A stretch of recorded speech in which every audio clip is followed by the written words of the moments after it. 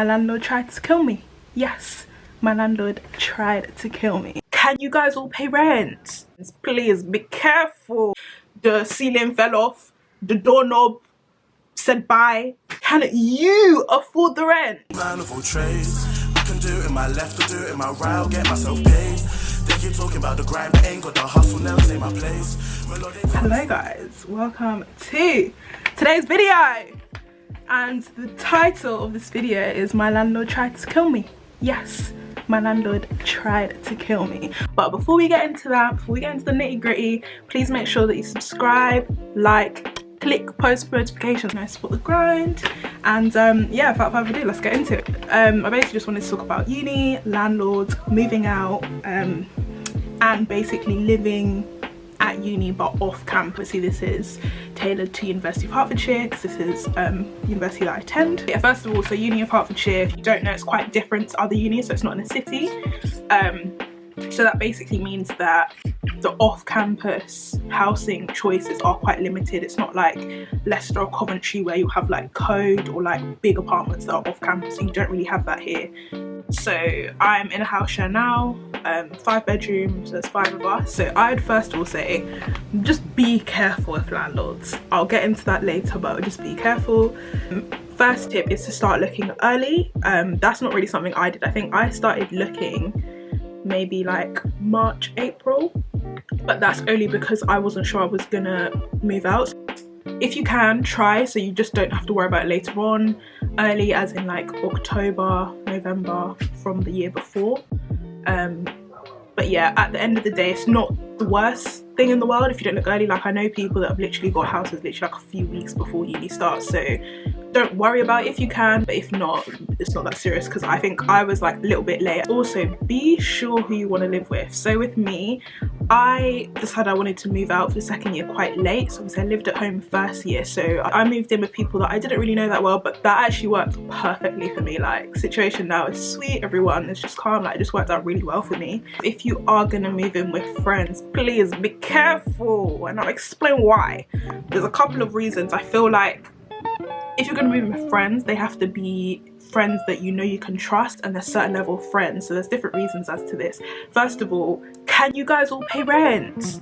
Can they be trusted with money? If you've seen flags of them not being trustworthy with money and you're going to move in with them, because the thing is, I feel like not many people understand, when you move into a shared house, it's a contract for all 5 of you. That means everyone has signed the contract, and even if you've paid but Abigail hasn't paid, it still falls on your head. So you have to trust who you're living with. Do you get it? All of you are responsible to jointly pay the full amount. Do you trust your friends with money? Even things like, I feel like if you're trying to be quite focused, sometimes living with friends might not be the best thing, because I feel like there's sort of pressure to always be kind of chilling with them. If you just want to be in your room by yourself, they might feel that pressure. But again, obviously it depends on your friendship group, but you just have to like think about your situation. Like, does this work for me? What kind of friends do I have?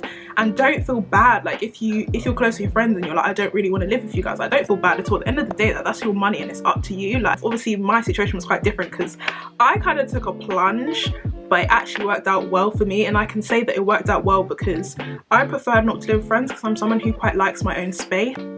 Things like, I don't really like something, or someone's leaving mess here, I feel like with friends it'd probably be a little bit awkward to say, oh, I don't really like that you leave this here, or you know what I mean. But I feel like when you don't know friends, it's just a little bit, everyone kind of in a way respect each other a bit more. It depends on the person once again, because that could go also very left, but it's just something to consider, like what kind of friends do I have. So in terms of finances, can you afford the rent? Can you afford your rent? You actually have to think about it. You have to sit there and you have to work it out for the whole year. Okay, SFE comes in. First of all, not everyone's SFE covers their rent. Bear that in mind. So some people are lucky and it covers their rent, some people aren't and it won't. So you have to think, how am I making the money? You have to look at the length of the contract. Some people's are 52 weeks, some people's are 41. I think mine was an 11-month contract, but 52 weeks, that's a year of you paying that amount until the end of the contract. Can you afford it? It's got nothing to do with the uni. If you can't pay, then you're going to court. Like, yeah, like it's just not something you want to get into. So when adulting comes in, you have to be grown. If you're not sure, you don't have to handle your finances as law. Have that money before. Most rents most contracts start before uni as well and before your SFE drops, so you have to bear in mind, have I got 5 weeks rent before uni start? With me, I literally grinded through last summer to be able to pay the deposit. I also forgot to mention that the first month's rent along with the deposit will all need to be paid before your student finance drops. So yeah, 5 weeks rent as the deposit, and you will not get that back till the end, and that's if the house is in the condition that you left it in. So you have to think, I'm not getting that back till a year basically. So you have to think in terms of that. Also, you need to look into whether your bills are included or not. To sort things out like that, obviously in halls or whatever, you wouldn't have to do that, so it's your responsibility for that if your bills are not included. Yeah, mine weren't, so we pay bills separately for another company. I'd highly recommend, if your bills come, I don't know, you just have water bill, you have gas bill, and then you have electric bill, I'd recommend using a company like Glide. Other companies do it as well, where you basically, they split it all for you. So if ours, gas, water and electric are all provided through them, they basically comes out as a direct debit every month, and it just comes out of everyone's account rather than having to do it from one person's account and splitting it. Like, it's just so easy. Like, I really recommend doing this. Wi-Fi, you can actually do it through the guys, or you can do like literally everything, so no one has to worry about any sort of bills, and it all goes through them. So yeah, definitely would recommend that.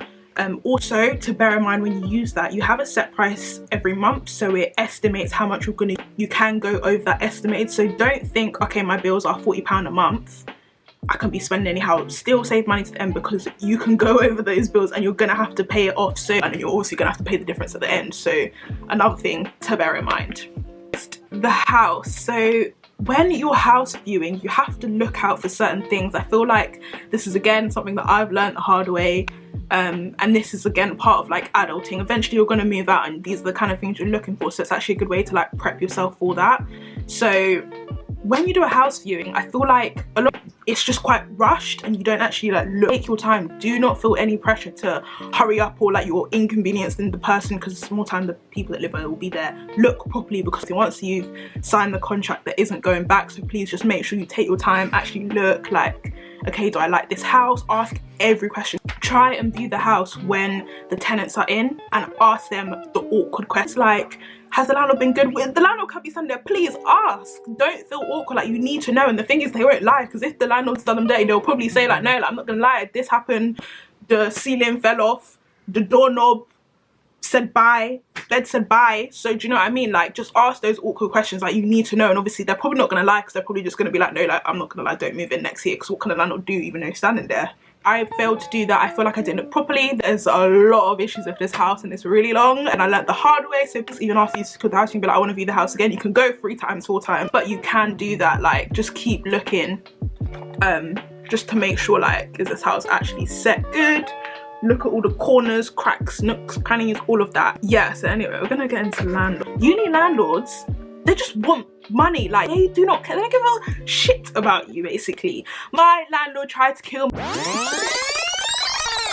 me. My landlord tried to kill me. Basically, let me explain. So I've had a lot of issues with this house, issue back and forth with the landlord, different things. From the first day I moved in, it was already doomed. The first day I moved in, they hadn't even like had the cleaning team round to do the clean from the last people, and they left it in a disgusting condition. Like, that was when I know, I was like, mate, it's over, like, it's just long.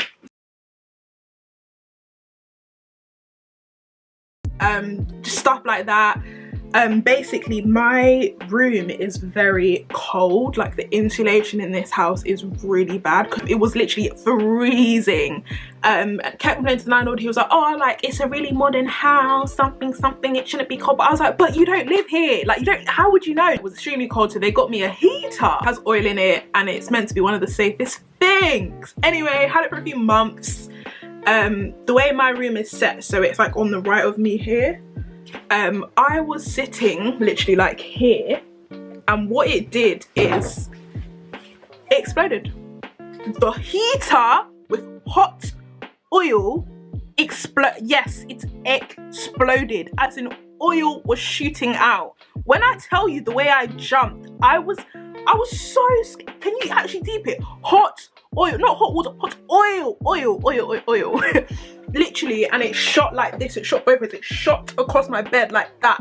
I was literally like, you know when you're, and I was like, oh my god, and I literally yanked out of the wall the plug, and then I was just like, oh my, and it was still shooting, and it stunk, like it smelled like engine oil. That's the kind of oil that it could have set on fire. Like my landlord actually tried to kill me basically, and then they came and they were like, oh, like yeah, we'll get you, if you just get yourself some new sheets and then send over how much. I was like, you guys actually tried to kill me and you're telling me. Did you see that?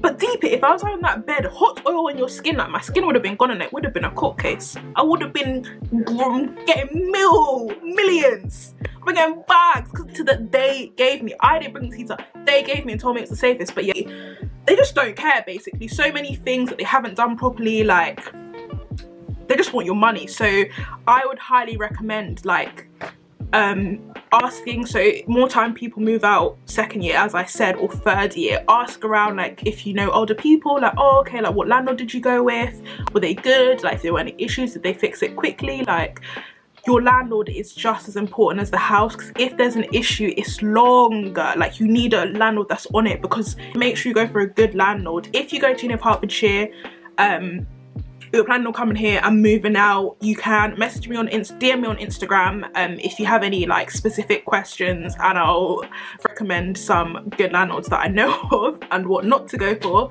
But yeah, just be careful with the landlords. You really need to also another thing is when you're contacting your landlord, especially if it's a complaint, email them so you have receipts. So it'll never be, oh, but you never said I told them on email. When you move in, anything that's a little bit off, if you have any cracks, take pictures. I've still got the pictures saved of everything that was a bit off, because when it comes to that deposit, landlords, they're not trying to give you that deposit back, you get it? So you need to make sure, okay, when I moved in this was already like this kind of thing. You have to think smart and stay on top of these things so they don't basically take you for an e-chat, like they don't take the piss.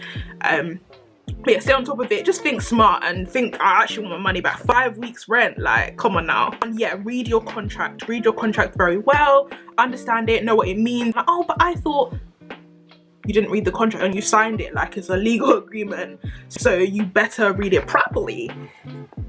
Just remember that off-campus accommodation, like I said, it's not part of the uni. They don't owe you shit basically. So even in terms of this corona situation, some people were able to terminate their contracts early. A lot of people that lived on campus of uni, the uni had just ended the contracts early.